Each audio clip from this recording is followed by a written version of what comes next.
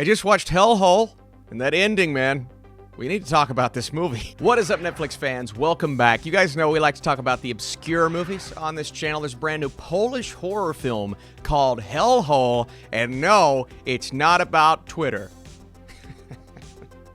In a monastery cut off from the world, the monks run a clinic for the possessed, but one day a young policeman comes to the convent. Posing as a clergyman, he penetrates monastic life and tries to explain the recent mysterious disappearance of several tormented inmates. It turns out, however, there is no way out of this monastery. Trapped in a monastery.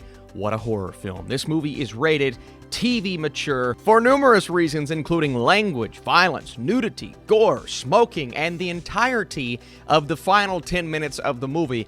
That's why it's rated TV mature. This film left my jaw on the floor, not only because I didn't anticipate it to escalate to that level, and what is that level? I don't want to talk about it right now, but it really does, in its own weird way, make the rest of the movie worth it, even though the rest of the film wasn't really doing a lot to get me invested. This was a very basic baseline covering all of the bases that you need to cover. A few jump scares in there that don't entirely serve a purpose for the narrative, but it's really the idea that gets you scared here at the beginning. It's this guy, he comes in and he's investigating what is going down, and there are some fishy things happening in this monastery, in this place where everyone should be doing good things, but instead they're doing sketchy things, and there's this cult-like feel to the way that they operate, and there are a couple of individuals within the confines of this building that are trying to explain to our main character, Mark, that this is not a place that he wants to be, this is not a place that they want to be, but they feel as if they are trapped, and there's no way of escaping this hellhole. Is that why the movie was titled Hellhole, Austin? Well, I thought that was the case until the final act of the film. And again, you get this escalation of horrific moments and scenes, and a lot of the horror comes from what they are doing to the people that they are taking in. And they're saying they're taking these individuals in because they're possessed, and there are numerous reasons behind that, but there's something, like I said, odd going on within the way that they operate, and why are they doing the things that they do. Now, the movie is only 90 minutes, but it felt as if it could have been even shorter than that. I just didn't get a lot of depth behind what the characters were doing throughout the first hour of the film. You get it, there's a baseline understanding of what is going on here, and it's actually really obvious where the twists are going to come, whether it's a character saying one thing and meaning something else, or just what they're kind of building up within one of the relationships to where it ends up in the third act, and you're just like, oh, okay, well, I knew that was going to happen, and I knew this was going to happen. There's maybe a lack of originality within the script when we're talking about the first two acts of this movie. None of the characters are all that interesting. What they are doing is fairly interesting, but I've seen this concept 1,000 different ways before, and there just wasn't a lot of originality within what was happening. Now, the buildup is obviously really important because they attempt to capitalize on that at the end of the movie, but when we look at some of the cliches that we get in the first two acts, whether it be the dialogue between characters, again, you have shady characters and those that maybe you should trust, maybe you shouldn't, but the film makes it so obvious as to where that's going to go. So I just didn't find myself really all that invested in the first half of the movie. I said, oh, I've seen this. I've seen it before. What new are you bringing to the table?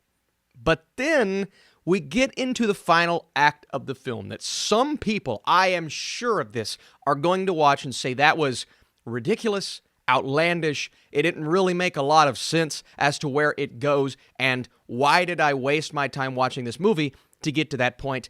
I actually found it to be almost the opposite of that, because I wasn't all that invested in the film up until that point, and I found these characters and even the visuals to be a bit bland. I appreciate the practical effects. I love the blood, the gore, the makeup, the attention to detail that they put into really the entirety of the film. But the third act, as outlandish as it was, and some of the effects that come with this and what happens, and one creature design, a character in particular that I was just kind of blown away by, because the quality of really this moment, this collection of scenes, is so much higher than the rest of the film. It actually started to turn the tide for me. Did it still make the entirety of the movie all that good, in my opinion?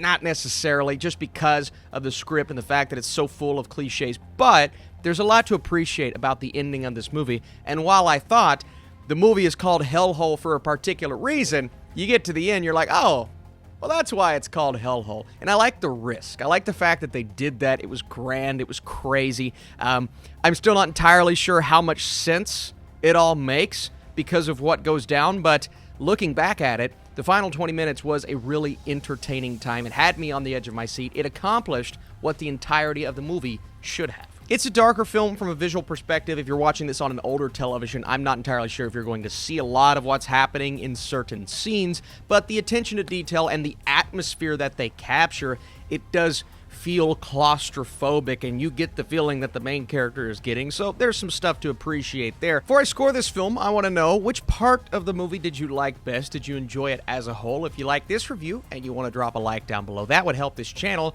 and help me. Not really. The first two acts are a mixed bag of cliches and obvious character turns. The atmosphere captured and wild turn of events in the final act make it worth a watch, but it does feel like a missed opportunity. That's why I'm going a 50%. Some good moments in here, but there are just some elements of the script that didn't quite work for me to get started. But sometimes it's all about how the movie leaves you. Again, my jaw was on the floor. Thanks again for watching, guys. I'll see you soon.